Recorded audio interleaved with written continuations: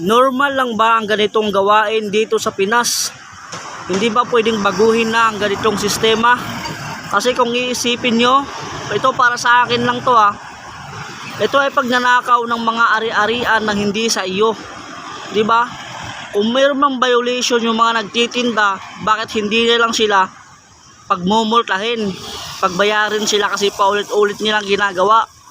Pero yung nanakawin mo yung mga bagay na mga bag nila, mga business nila, pag nanakaw yun, 'di ba? Tapos saan mapupunta yun? Sa inyo na, paghahati-hatian ng demolition team. Totoo yun, paghahati-hatian nila yun, iuwi nila yun eh. Alam naman, sunugin nila yun.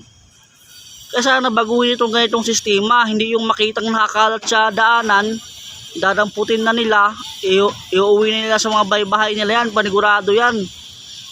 Sabihin natin, mga matitigas yung ulo ng mga vendors dyan. Pwede nyo naman yan pagmultahin na, pagmultahin nyo 5,000. Kung ulit-ulit 5,000. Pero yung kukunin nyo yung mga gamit nila, namuhunan sila dyan. Pag nanakaw yan eh, dapat may kaso din yan. Pero bakit ganito yung sistema? Ganun na lang palagi. Walang pagbabago. Pwede naman pagmultahin na lang, padalhin sa barangay, pagmultahin.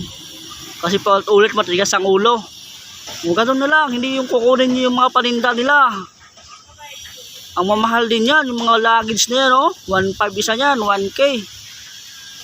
Tapos nanakawin lang, paano yan? Ganyan na lang ba yan? Wala na bang pagbabago? Di ba? Kukunin nila yung hindi sa kanila.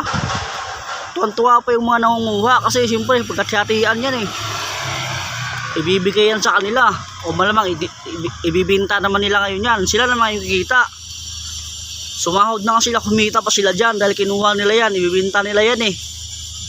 So kayo guys, ano bang masasabi nyo dito? Sa akin, opinion ko lang yun. Bakit hindi na lang